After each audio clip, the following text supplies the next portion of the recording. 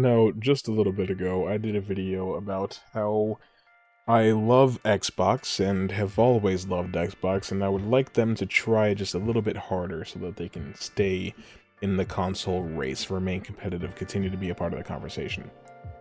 Now, we're going to talk about Nintendo, and how I feel much of the opposite. Now, that's not to say that I have not loved Nintendo growing up. I mean, I've got so many fond memories of the GameCube and the N64 and the Wii and the DS. Not too much that came after that.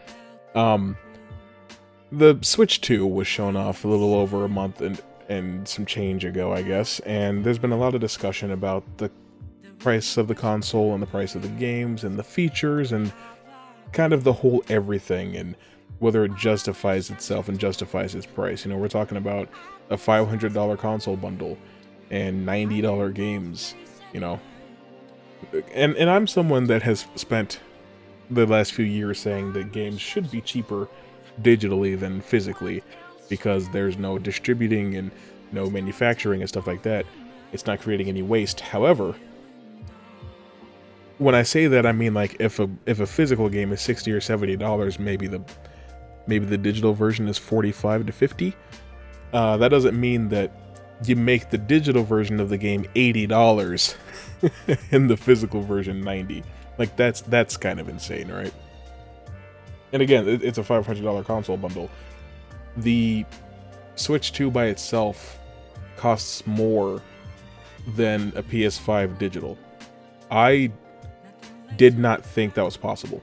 I figured that the most Nintendo could get away with charging for the Switch 2 would be $400. Because now, you know, we're talking about being priced competitively, or equally rather, with a console that can support 4K 120 frames a second with ray tracing, you know? And it's like, oh, well, you know, the Switch has a 4K screen in handheld mode, and you can get 120 frames, and you can do this, and you can do that, but it's like not all at the same time, right? And I would really like to see a game being captured at 4K 120 natively on the Switch 2. That hasn't been shown yet. I would love to see that, and if I do see that, I'll eat my socks. But until then, I don't believe in, you know, charging PS5 prices for a console that's probably only going to be as strong as a PS4 Pro. You know, Nintendo is behind the times when it comes to hardware because they're focused on their gimmick, and now that, you know, the Switch was so successful, they're kind of stuck there. They can't do anything but make another Switch and keep doing that, I guess, because when there's 130 million people out there that have Switch games, you're going to want them to continue playing their games. And it's kind of that spirit that leads me to want the Switch 2 to fail. And maybe I shouldn't say that. Maybe I'm just chugging haterade, but if we're being honest, Nintendo has a habit now of doing crazy things when they're in front, or when they're comfortable, or when they have a really successful console. And I guess it's not necessarily exclusive to Nintendo. Microsoft has done it too. Sony's done it. It's hard to say necessarily that, you know, it's just these guys that are doing that all the time. But it feels like it's only Nintendo that does things this drastic. You know, like the Super Nintendo was obviously a huge success. So what do they follow that up with? The N64, which barely has any games on it, has a really unfortunate controller. And while it was a revolutionary console, and you know, it was really the only one on the market that was hitting true 64 bits at the time, it's still like, it just wasn't necessarily the right decision, and they were shown that by how hard the console flopped in comparison to the PS1. And, you know, after the Wii was such a huge smash hit, what did they come out with? The Wii U. A console that just confused most people, and, you know, commensurately nobody bought it, you know. And now that the Switch was a huge hit, they feel untouchable, it seems like. And so, yeah, they'll charge whatever. You know, like, I have the Nintendo console, the Nintendo website pulled up right here. And I want to look at prices because I think the Switch 2 Pro controller is $85. Oh my god, like people were already saying that like the PS5 controller was too expensive. This is $10 more expensive than that. But with what to show for it? You know? Your amiibo still work. Let's see what the features are. HD Rumble 2. Great. We still got Rumble. Motion controls. That's awesome. We've had motion control since the 6-axis controller in 2006. We've had Rumble since, 1996. Built-in amiibo functionality. I would hope so, because you guys have had that since 2012. Capture button. No, that's really good, because, again, the PS4 has had that since PlayStation's had that for over a decade. The C button for game chat, that's cool. Something that's interesting about that C button, though, is that you have to have Nintendo Switch Online. You have to have NSO for that functionality to even be available to you, for you to use game chat. Yes, there will be a free trial of it. I think they said it's going to be like a year-long free trial, but after that, if you don't have NSO, you will have a physical button on your controller that doesn't work because you're not paying extra. Isn't that insane? Like, isn't that just a crazy concept? You have extra Pro buttons on the back that you can map, and an audio jack, and it includes a charging cable. Great. My Afterglow Xbox One controller that I use for my PC that I got in like 2019 has mappable buttons in the back as well. And let me check my PS5 controller real quick. Yep, that's got an audio jack too. Still not $85. Is it too expensive at $75? Sure. But it's not $85. Let's look at these Joy-Cons. Oh wow. That's actually mind-blowing. A pair of Joy-Cons is $10 more than that. $94.99. And I'm willing to bet that they have done nothing to mitigate their Joy-Con drift situation that was sending so many Joy-Cons out to pasture last generation. Stick drift is a real thing, and it's a real problem, and it's a lot of the reason that people do not appreciate how expensive controllers have become. I don't want to have to eventually pay $75 to replace my PS5 controller. Here's the real kicker with PS5 controllers. If you get one of the original colors, a white one, a red one, or a black one, they're cheaper. They're $70. But if you want one that's pink or blue or purple or something like that, then they're $75. What's up with that? I don't understand that at all. That has yet to make any sense to me. But I guess I'm just not red-pilled enough. But we're looking at Joy-Cons costing $100. A controller. Not a Pro controller. Not a Super Deluxe Mega Ultra Turbo controller. Not something with extra functionality that plays the game automatically. Just a regular controller like the one that comes in the box costing $100.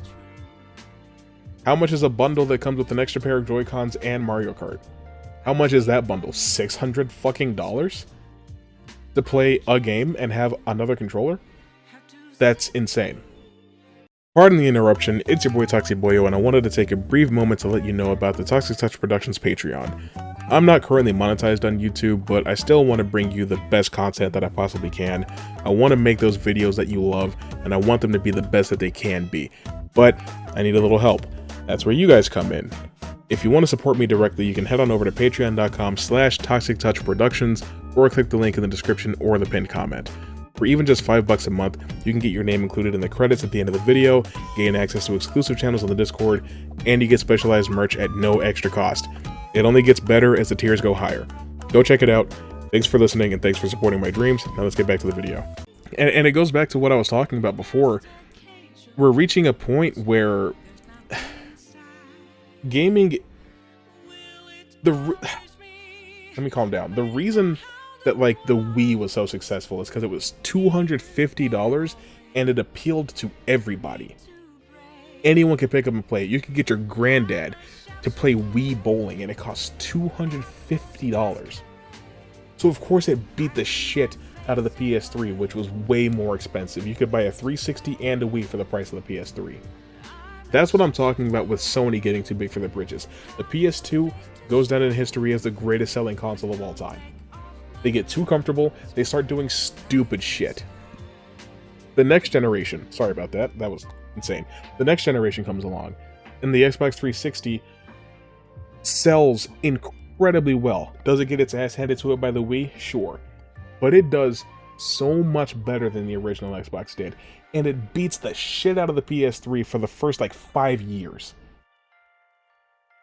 Microsoft gets too big for their britches, and they start doing stupid shit left and right regarding the next Xbox. Now, the Switch is the second best-selling console of all time, I think. It might still be behind the DS, I'm not entirely sure.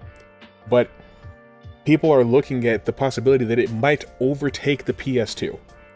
And now Nintendo is so successful that they're selling a charging grip for $40. Insane. How much do these Joy-Con straps cost? I'm actually really curious. It doesn't say. That's weird. That's really weird. It doesn't say on the website. Joy-Con wheel. How much is that? $25. For a plastic thing to stick your controller in so you can play Mario Kart a little bit more realistically. How much does the damn Switch 2 camera cost? $55. You could get like a Razer or Logitech webcam for cheaper than that. Oh, but because it's Nintendo, like it's insane to me. How much does the Switch 2 dock cost? That's an interesting question. It doesn't say. That's really, really weird.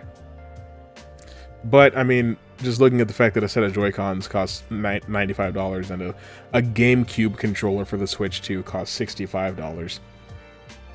The same price as a PS4 controller. But, you know, the Switch carrying case is $85? What's going on? Like, what are we talking about? And they're using, like, proprietary SD cards to expand your storage. Like, the Switch sold so much because it was also accessible to everybody. $300 is basically dirt cheap in terms of consoles, right?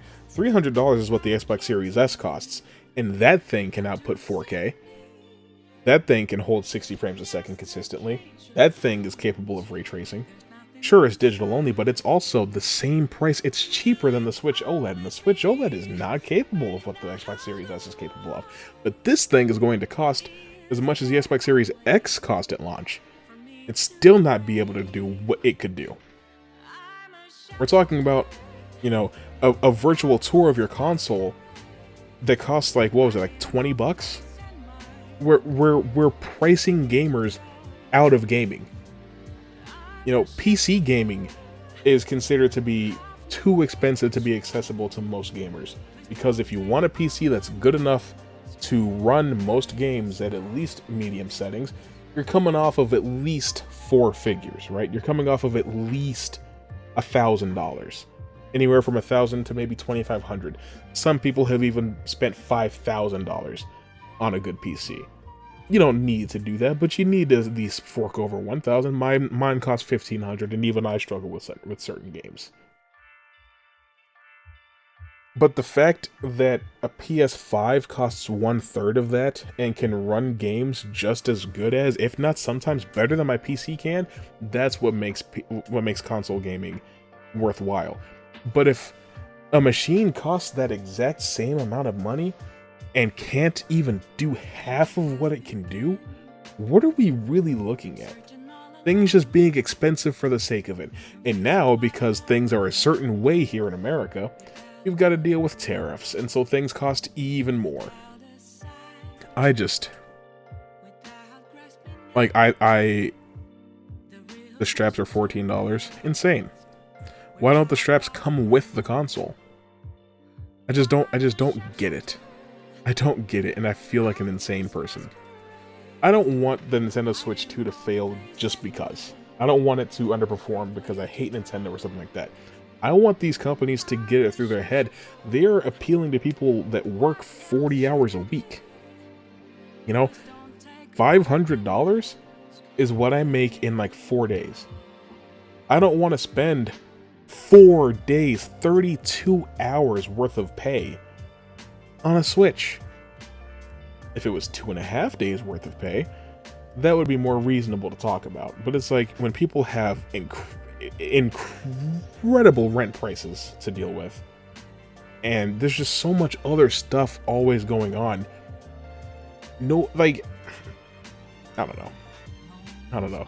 Because I already think it's ridiculous that, like, the Xbox Series X has gone up.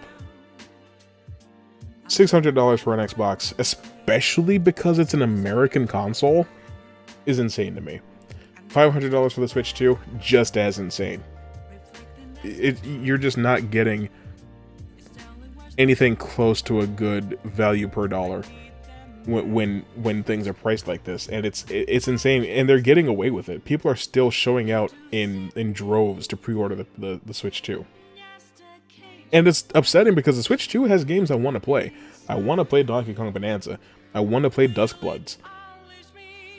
That's pretty much it so far. But like, Metroid Prime 4. Because Metroid Prime 4 was announced before the Switch 1 came out and is now arriving on the Switch 2.